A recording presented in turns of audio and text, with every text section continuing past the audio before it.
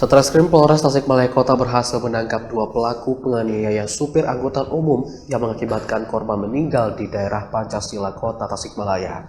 Tersangka tega melakukan penganiayaan terhadap lantaran kesal karena pelaku merasa orang tuanya diadu domba oleh korban.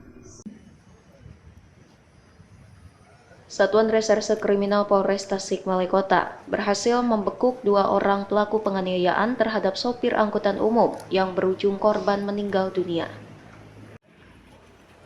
Kedua pelaku adalah DP 34 tahun dan YR 29 tahun warga Kelurahan Lengkong Sari, Kecamatan Tawang, Kota Tasikmalaya. Hanya butuh 12 jam, kedua tersangka diringkus Satreskrim Polres Tasikmalaya Kota di sekitar Terminal Pancasila Kota Tasikmalaya.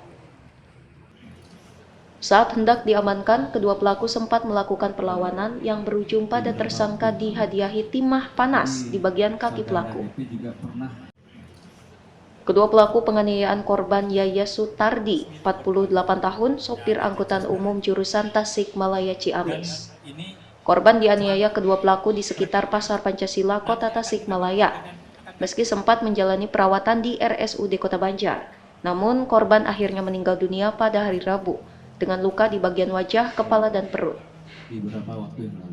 Dari hasil penyelidikan, polisi menyebut motif penganiayaan karena pelaku merasa kesal terhadap korban yang dianggap mengadu domba ayahnya dengan warga lain, yang mana pelaku menuduh korban telah memfitnah dan menyebarkan informasi tentang duel ayah pelaku dengan warga lain.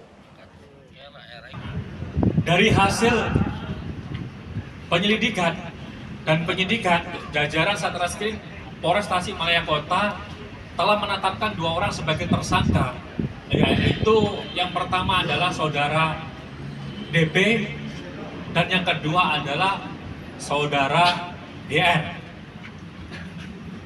Dugaan korban meninggal karena terjadinya kekerasan benda tumpul atau benturan di bagian kepala bagian atas. Jadi terhadap penanganan korban sendiri dari jajaran Satreskrim Polres Tasikmalaya Kota sudah dilakukan otopsi karena untuk mengetahui penyebab kematian korban.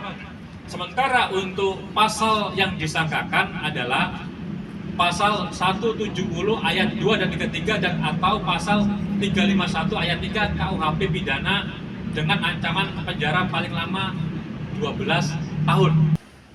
Kapolres Tasikmalaya AKBP Joko Sulistiono juga menuturkan, adapun korban meninggal karena adanya kekerasan oleh benda tumpul di bagian kepala belakang korban.